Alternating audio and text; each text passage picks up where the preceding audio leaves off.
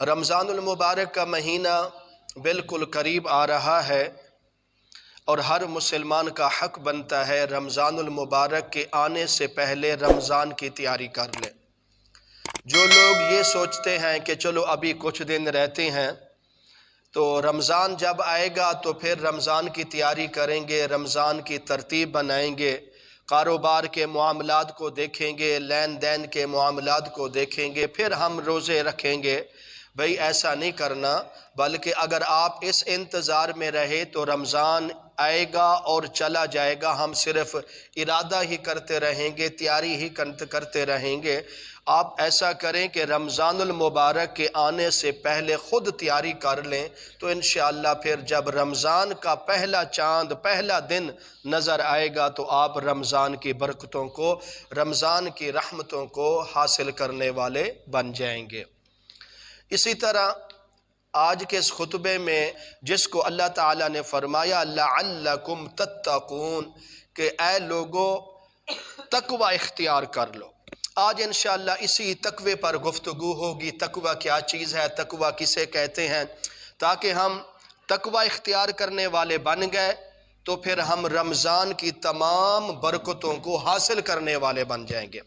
اگر ہمارے اندر تقوی نہ پیدا ہو سکا تو پھر ہم رمضان کے روزے بھی رکھنے کے باوجود، تراویح تلاوت کرنے کے باوجود ہم رمضان کی اہمیت کو، رمضان المبارک کی قدر کو نہیں پہچان سکیں گے۔ جس طرح اللہ دے محبوب نے ہمیں رمضان گزارنے کا حکم دیا ہے، ہم اس طرح نہیں گزار سکیں گے۔ اس لیے رمضان آنے سے پہلے ہم نے سب مسلمانوں نے اپنے اندر ایک تقوی پیدا کرنا ہے۔ جب تقوی پیدا ہو جائے گا تو پھر سمجھ لینا انشاءاللہ آپ رمضان کی قدر بھی کرنے کا حق ادا کر دیں گے اور رمضان کی عبادت کرنے کا بھی حق ادا کر دیں گے۔ اب سب سے پہلے آپ کے سامنے یہ بات رکھنی ہے کہ تقوی کیا چیز ہے، تقوی کسے کہتے ہیں۔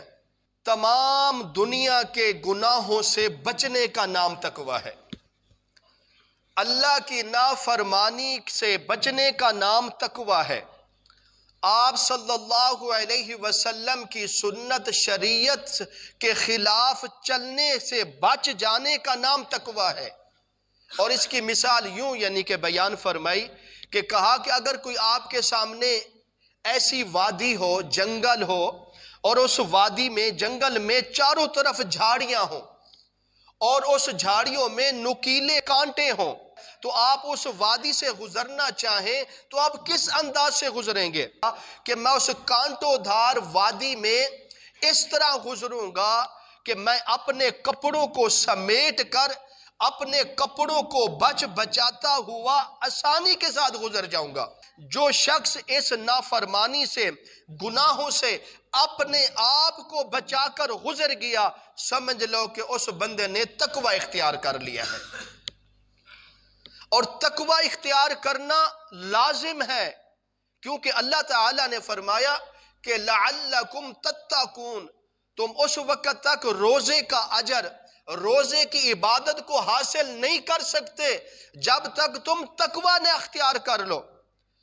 آپ تمام گناہوں سے بچنے کی توبہ کریں گے، اللہ کی نافرمانی سے توبہ کریں گے، آپ صلی اللہ علیہ وسلم کی سنتوں کے خلاف جو زندگی گزارتے ہیں، شریعت کے خلاف جو ہم زندگی گزار رہے ہیں، اس سے توبہ کریں گے تو پھر ہمیں تقوی حاصل ہوگا۔ اگر تقوی ہمیں نصیب ہو گیا تو پھر ہم اللہ کی رحمت کو بھی حاصل کر سکتے ہیں، آپ صلی اللہ علیہ وسلم کی محبت کو بھی حاصل کر سکتے ہیں، اور اس کے ساتھ ساتھ جو رمضان کا مہینہ آئے گا، اس رمضان المبارک کی عبادت کو بھی ہم صحیح طرح ادا کر سکیں گے۔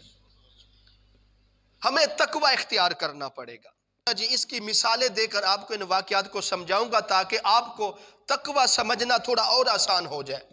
حضرت غوث اعظم شیخ عبد القادر جیلانی الحسنی والحسینی دے والد گرامی، اور ان کا تقوی دیکھ لیں، ان میں تقوی کا کیا یعنی کہ پہلو ہمیں نظر آتا ہے۔ علماء فرماتے ہیں اس کا واقعہ تفصیل کے، لیکن میں وہ تفصیلی واقعہ نہیں آپ کے سامنے رکھنا چاہتا، اشارہ کرنا چاہتا ہوں تقوی کس چیز کا نام ہے۔ ایک یعنی کہ سفر تو جا رہے تھے، دریا کے کنارے پر بیٹھے تھے، نماز کا وضو کر رہے تھے، وضو جس وقت مکمل ہو گیا تو اچانک دیکھا ایک سیب اس پانی سے یعنی کہ بہتا ہوا آ رہا ہے. کوئی سفر تھا، پیدل سفر تھے، بھوک لگ گئی تو انہوں نے اس سیب کو پانی سے اٹھایا اور کھانا شروع کر دیا. جس وقت سیب کھا لیا اس کے بعد فوراً یہ خیال آ گیا کہ جس سیب کو میں نے کھا لیا ہے اس سیب کی نہ میں نے قیمت ادا کی ہے، نہ اس سیب کے مالک سے میں نے اجازت لی ہے. اگر کل قیامت کے دن اللہ مجھ سے اس سیب کے بارے سوال کر لے تو میں اللہ کو کیا جواب دوں گا؟ اس اللہ کے خوف میں آ کر کیا کیا کہ جس طرف وہ سیب بہہ کر آ رہا تھا پانی میں اسی طرف چل پڑے. اور چلتے چلتے جب کافی سفر کر لیا آگے جا کر کیا دیکھتے ہیں کہ ایک سیبوں کا باغ ہے اور اس دریا کے کنارے پر ایک سیب کا درخت ہے اور اس کی ٹہنیاں اس دریا میں پانی میں جھکی ہوئی ہیں. تو حضرت ابو صالح سمجھ گئے کہ اسی ہی درخت کا سیب ہوگا جو بہہ کر آیا ہے، میں نے کھا لیا ہے. تو اس باغ کے اندر چلے گئے. جب اندر گئے تو پوچھا کہ اس باغ کے مالک کا کیا نام ہے، اس باغ کا مالک کون ہے؟ تو جس وقت بتایا گیا تو اس باغ کے مالک کا نام حضرت عبداللہ سمعی. مالک کا نام پوچھا، جا کر ملاقات کی. تو ملاقات کرنے کے بعد یہ سوال کیا میں نے آپ کے باغ کا سیب کھا لیا ہے، لہٰذا میں تندرست بھی ہوں، جوان بھی ہوں، اس سے میں آپ سے کوئی معذرت نہیں کرنا چاہتا. آپ اس کی قیمت بتا دیں، میں وہ قیمت ادا کر دوں گا تاکہ وہ کل قیامت والے دن آپ مجھ سے سوال نہ کریں سیب کے بارے، اور اس کی میں دنیا میں اس کی قیمت ادا کرنا چاہتا ہوں. جس وقت حضرت عبداللہ سمعی رحمت اللہ علیہ نے یہ دیکھا کہ نوجوان بھی ہے، حسین بھی ہے، خوبصورت بھی ہے، پاک دامن بھی ہے، سیرت بھی اچھی، صورت بھی اچھی، کردار بھی اچھا، آج تک میں نے اتنے تقوی والا انسان نہیں دیکھا کہ جو پانی سے بہتا ہوا سیب اٹھا کر کھا لے اور پھر اس کی قیمت ادا کرنے آ جائے. تو حضرت عبداللہ سمعی نے کہا کہ دل میں فیصلہ کیا کہ یہ نوجوان اس کو آزماتے ہیں، کیا یہ اس امتحان میں پورا اتر سکتا ہے یا نہیں اتر سکتا. مختصر کرتے ہیں، حضرت عبداللہ سمعی رحمت اللہ علیہ فرماتے ہیں کہ اے نوجوان، ایک سیب کی قیمت دو چیزیں ہیں. نمبر ایک، پہلی شرط یہ ہے آپ کو میرے باغ کی رکھوالی کرنی پڑے گی، اس باغ کو پانی لگانا پڑے گا، اس کی دیکھ بھال کرنی پڑے گی.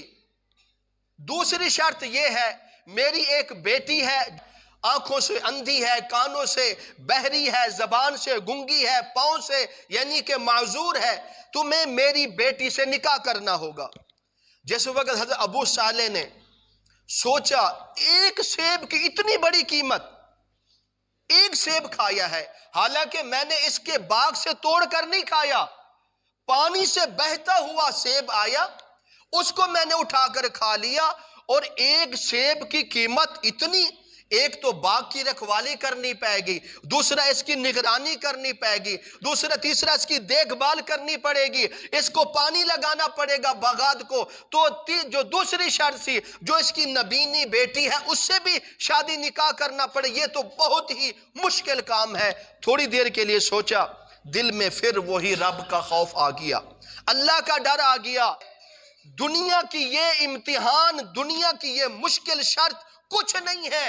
اگر کل قیامت والے دن اللہ نے تم سے پوچھ لیا، تم نے بغیر پوچھے اس کا کیوں سیب کھایا تھا، تم کیا جواب دو گے اللہ تعالیٰ کو؟ نے کہا دنیا کے امتحان تو میں برداشت کر سکتا ہوں، دنیا کی تکلیفیں تو برداشت کر سکتا ہوں، دنیا کی مشقت برداشت کر سکتا ہوں، لیکن قیامت والے دن اگر رب مجھ سے یہ چیز کا سوال کر لے تو یہ سوال مجھ سے برداشت نہیں ہوگا. آیا کہ اے عبداللہ سمعی رحمت اللہ علیہ، آپ کی تمام شرطیں میں قبول کرتا ہوں، لیکن آج جو دنیا میں ایک سیب کی قیمت ادا کرنا چاہتا ہوں یہ دنیا میں ادا ہو جائے، اس کے بارے کل قیامت کے دن سوال نہ ہوگا. حضرت عبداللہ سمعی رحمت اللہ علیہ فرماتے ہیں اگر تو میری ان دو شرطوں پر عمل کر لیں گا تو انشاءاللہ میں سیب کی اور تمہیں معاف بھی کر دوں گا.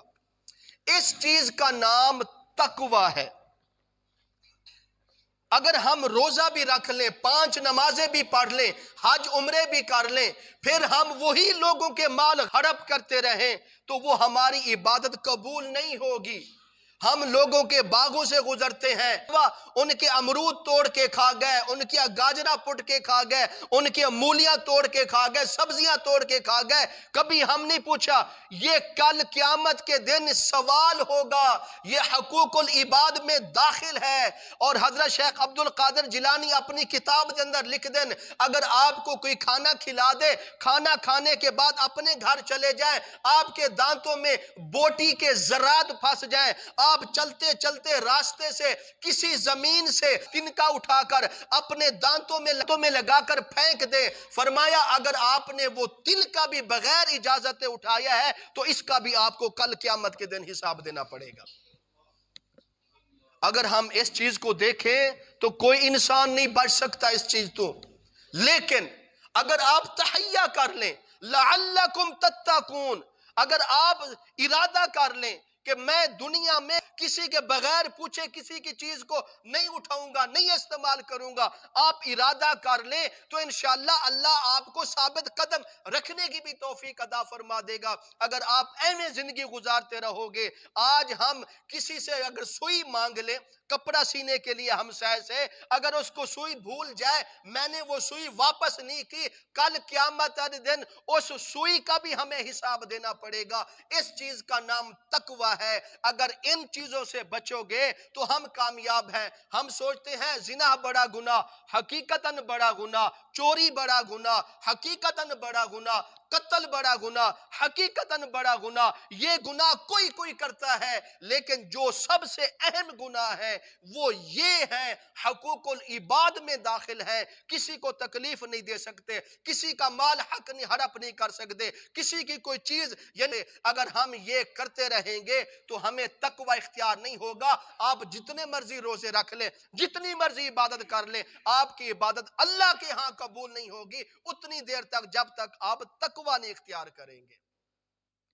تقوی آپ کو اس وقت ملے گا لعلکم تتقون، جب آپ تقوی کی کوشش کریں گے، ارادہ کریں گے تقوی اختیار کرنے کا۔ اسی طرح حضرت امام احمد بن حنبل امام گزرے ہیں گے، بہت بڑے نیک، بہت بڑے ولی اللہ گزرے ہیں گے۔ ان کے پاس ایک بوڑھیا عورت آئی اور وہ آ کر سوال کرنے لگی کہ حضرت میرا اون کا کام ہے، میں اون بنتی ہوں، اس کو صاف کرتی ہوں، اور صاف کرنے کے بعد میں بازار میں بیچ دیتی ہوں۔ اور عورت یہ سوال کر رہی ہے، تھوڑا سوچنا کتنا یعنی کہ باریکی کا سوال عورت پوچھ رہی ہے۔ عورت سوال کرتی ہے کہ حضرت جب میں دیا جلا کر اس کے روشنی کے قریب بیٹھتی ہوں، اون کو صاف کرتی ہوں، تو جب تیل ختم ہو جاتا ہے چاند کی روشنی میں اون کو صاف کرتی ہوں، کیا جب میں یہ دو طرح کی اون، ایک تو میں نے دیے کے سامنے بیٹھ کر اون صاف کی، دوسری اون میں نے یعنی کہ چاند کی روشنی میں صاف کی، حضرت کیا جب میں اس کو بیچنے جاؤں مارکیٹ میں، بازار میں، کیا میرا ان کو بتانا لازم ہے یہ اون یعنی کہ دیے کی روشنی سے صاف ہوئی ہے، یہ اون یعنی کہ چاند کی روشنی سے صاف ہوئی ہے؟ تو حضرت امام احمد بن حنبل فرماتے ہیں اے خاتون مجھے یہ بتا، دیے کی روشنی سے اور چاند کی روشنی سے صاف کرنے میں کیا فرق ہوگا؟ تو وہ عورت کہنے لگی حضرت جب میں دیے کی روشنی سے اون صاف کرتی ہوں تو یہ تاکہ دیے کی روشنی زیادہ ہوتی ہے، اس سے اون زیادہ صاف ہو جاتی ہے، یعنی کہ چاند کی روشنی سے میں اون صاف کرتی ہوں تو لہٰذا چاند کی روشنی زیادہ زمین پر نہیں پڑ سکتی، کوشش تو بڑی کرتی ہوں لیکن اس میں کوئی نہ کوئی کمی کوتاہی رہ جاتی ہے۔ تو حضرت امام احمد بن حنبل رحمت اللہ علیہ فرماتے ہیں کہ اے خاتون جب یہ مال تمہیں مارکیٹ میں بیچنے جائے گی تو ان دکانداروں کو بتانا پڑے گا یہ اون دیے کی روشنی سے میں نے صاف کی ہے اور یہ اون میں نے چاند کی روشنی سے صاف کی ہے۔ اتنا کہنے کے بعد وہ عورت چلی گئی۔ حضرت امام احمد بن حنبل نے اپنے بیٹے کو بلایا اور کہا کہ بیٹا ذرا جا اس عورت کے پیچھے دیکھ تو صحیح، میری زندگی میں ایسا باریکی کا سوال آج تک کسی نے نہیں پوچھا، یہ کون خاتون ہے یہ جس کا اتنا بڑا تقوی، جس کا اتنے اس کے دل میں اللہ کا ڈر خوف کہ یہ سوچنے پر مجبور ہو گئی کہ دیے کی روشنی سے اون صاف کرنا الگ مسئلہ ہے اور چاند کی روشنی میں اون صاف کرنا الگ مسئلہ ہے۔ اتنا باریکی کا مسئلہ سوال پوچھنے والی عورت، بیٹا جا تو صحیح دیکھ تو آ یہ عورت کس گھرانے کی ہے۔ روایات میں آتا ہے وہ اس کے پیچھے جا رہے تھے، جب وہ عورت اپنے گھر میں داخل ہوئی تو پتہ چلا کہ وہ عورت ایک بہت بڑے ولی اللہ کی ہمشیرہ تھی۔ تو حضرت امام احمد بن حنبل نے فرمایا یہ تقوی ایسے ہی گھروں میں آ سکتا ہے، عام لوگوں میں اتنا تقوی نہیں ہوتا۔ بھائی ہم مارکیٹوں میں جاتے ہیں، بازاروں میں جاتے ہیں، ہم منڈیوں میں جاتے ہیں، تجارت کرتے ہیں، بڑے ہم کاروبار میں اونچ نیچ کرتے ہیں، پیٹیوں میں نیچے ہم گلا سڑا مال پا دیں گے، اوپر صاف رکھ دیں گے، توڑے میں یعنی کہ درمیان میں سیٹوں میں کچرا ڈال دیں گے، درمیان میں اچھا مال رکھ دیں گے۔ یہ قیامت کے دن آپ سے سوال ہوگا، اس چیز کا نام تقوی ہے۔ اگر آپ کے مال میں خرابی ہے آپ پہلے واضح کر دیں۔ آپ صلی اللہ علیہ وسلم جس وقت اپنی جوانی میں 25 سالہ عمر میں پہلی مرتبہ تجارت کرنے گئے تھے ملک شام میں، جس وقت راستے میں جا رہے تھے کھجوریں یعنی کہ بارش ہوئی، کھجوریں گلی ہو گئی، تو آپ صلی اللہ علیہ وسلم نے اپنے غلام کو کہا کہ جو سوکھی کھجوری ہیں ان کو الگ کر دیا جائے، جو گیلی کھجوری ہیں ان کو الگ کر دیا جائے۔ تو غلام نے کہا کہ حضرت یہ کیا وجہ، منڈی ہے اس میں جس طرح کا مال بیچ دیں گے ہمارا مال بک جائے گا۔ لیکن آپ صلی اللہ علیہ وسلم نے فرمایا یہ میری شریعت میں نہیں ہو سکتا، یہ میرے دین میں نہیں ہو سکتا۔ محمد صلی اللہ علیہ وسلم تو لوگوں میں فرق کرنے کے لیے آیا ہے، انہیں بتانے کے لیے آیا ہے حق کا رستہ کیا ہے اور باطل کا رستہ کیا ہے۔ جس وقت آپ صلی اللہ علیہ وسلم نے اس طرح کا مال بیچ دیا اور منڈی میں بولی لگانی شروع کر دی تو منڈی والے جب سب لوگ ہیں، شام کی منڈی ہے، ملک شام کی منڈی، تو جس وقت بڑے بڑے تاجروں نے دیکھا کہ گیلا مال الگ کیا ہوا ہے، ستھرا مال الگ کیا ہوا ہے، انہوں نے پہلی مرتبہ دیکھ کر آپ صلی اللہ علیہ وسلم کے چہرے کو تکتے گئے، ایسا نوجوان، ایسا حسین آج تک منڈیوں میں ہم نے نہیں دیکھا جو اپنے مالوں میں فرق کرنے والا ہو۔ تو اللہ اکبر، یہ ہے آپ صلی اللہ علیہ وسلم کی تعلیمات۔ ہمارا حق بنتا ہے ہم کوئی بھی کاروبار کریں، کوئی بھی تجارت کریں، کوئی بھی بزنس کریں، اس میں واضح چیز ہونی چاہیے۔ اگر وہ ہم واضح چیز رکھیں گے تو اس چیز کا نام کیا بن جائے گا، لعلکم تتقون، آپ تقوی اختیار کرنے والے بن جائیں گے۔ اگر آپ اسی طرح ملاوٹ کرتے رہے اپنے مال میں تو پھر آپ جتنی مرضی عبادت کر لیں، جتنے مرضی حج روزے رکھ لیں، اللہ کے ہاں قبول نہیں ہو سکتے۔ اس لیے عبادت کو اللہ تعالیٰ نے رمضان کا روزہ آنے سے پہلے اس چیز کا ہمیں حکم دیا۔ کیوں روزے فرض ہوئے؟ روزہ آنے کا کیا مقصد ہے؟ ہم سارا دن بھوکے رہتے ہیں، بھوکا رہنے کا کیا مقصد ہے؟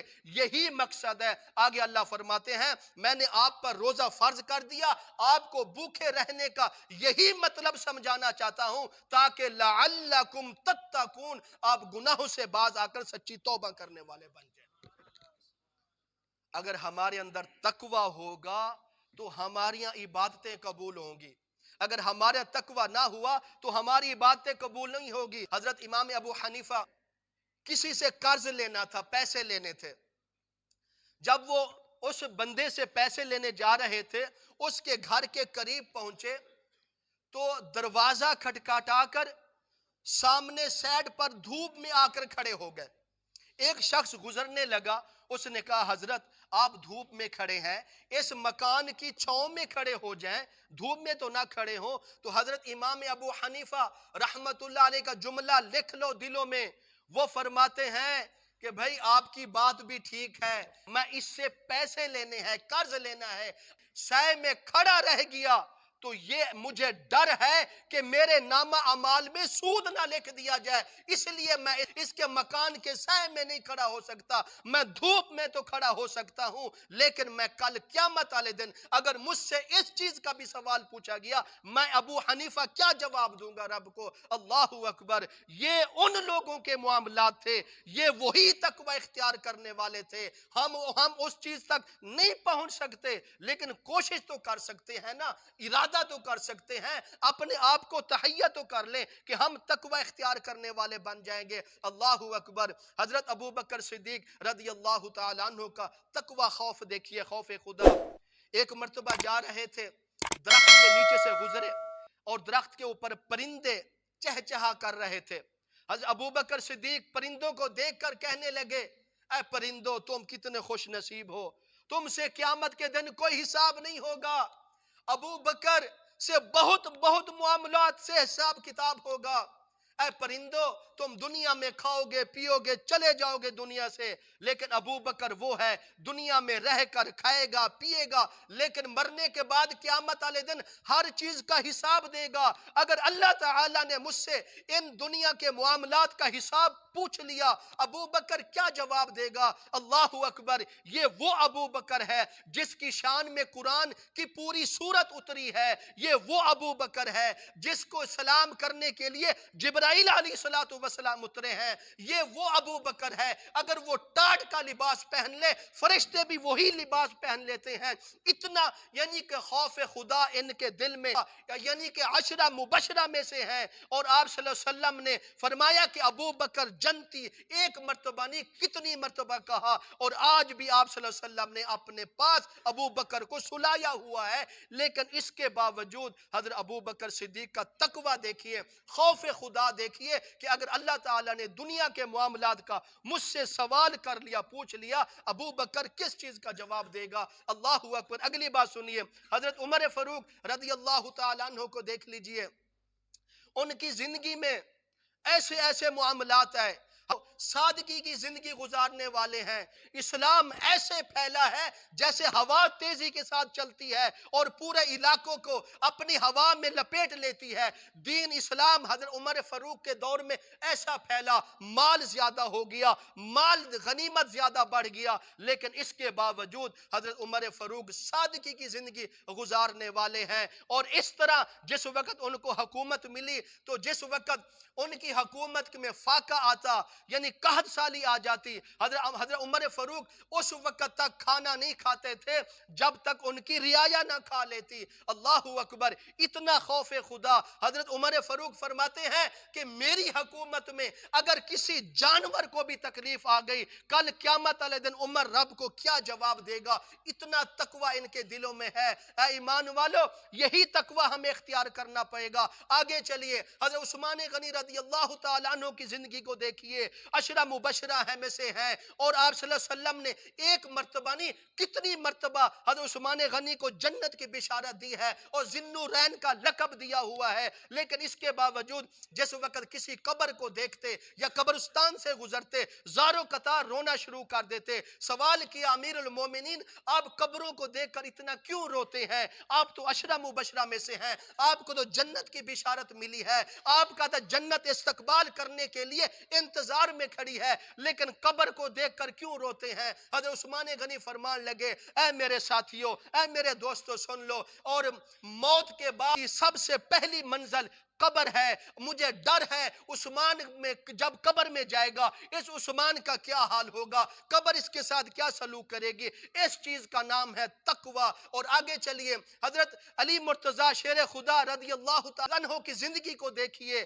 اسی طرح حضرت علی رضی اللہ تعالیٰ عنہ کی خلافت دور چل رہا ہے، کا علاقہ ایک بہت بڑا علاقہ فتح ہوا، اس علاقے میں شہد اور گھی بہت زیادہ نکلا، تو لوگوں نے ایک مٹکا گھی کا اٹھا کر، ایک مٹکا شہد کا اٹھا کر حضرت علی رضی اللہ تعالیٰ عنہ نے گھر بھیج دیا۔ جب گھر بھیجا گیا بچوں نے استعمال کرنا شروع کر دیا۔ حضرت علی رضی اللہ تعالیٰ عنہ واپس آئے، جس وقت کہا کہ وہ شہد کا مٹکا، گھی کا مٹکا کہاں ہے؟ جب پیش کیا گیا بچوں نے کہا کہ حضرت ہم نے تو اس میں سے تھوڑا استعمال کر لیا ہے۔ حضرت علی رضی اللہ تعالیٰ عنہ اتنا غصے میں آ گئے، اتنا طیش میں آ گئے کہ تمہیں یہ مال یعنی کہ استعمال کرنے کی کس نے اجازت دی ہے؟ یہ مال تو مال غنیمت کا ہے، اس مال میں ہمارا حق نہیں ہے۔ اسی وقت حضرت علی رضی اللہ تعالیٰ عنہ نے تاجروں کو بلایا، دکانداروں کو بلایا، اس مٹکے میں اتنا گھی تھا، اتنا شہد تھی، ہم نے اتنا استعمال کر لیا ہے،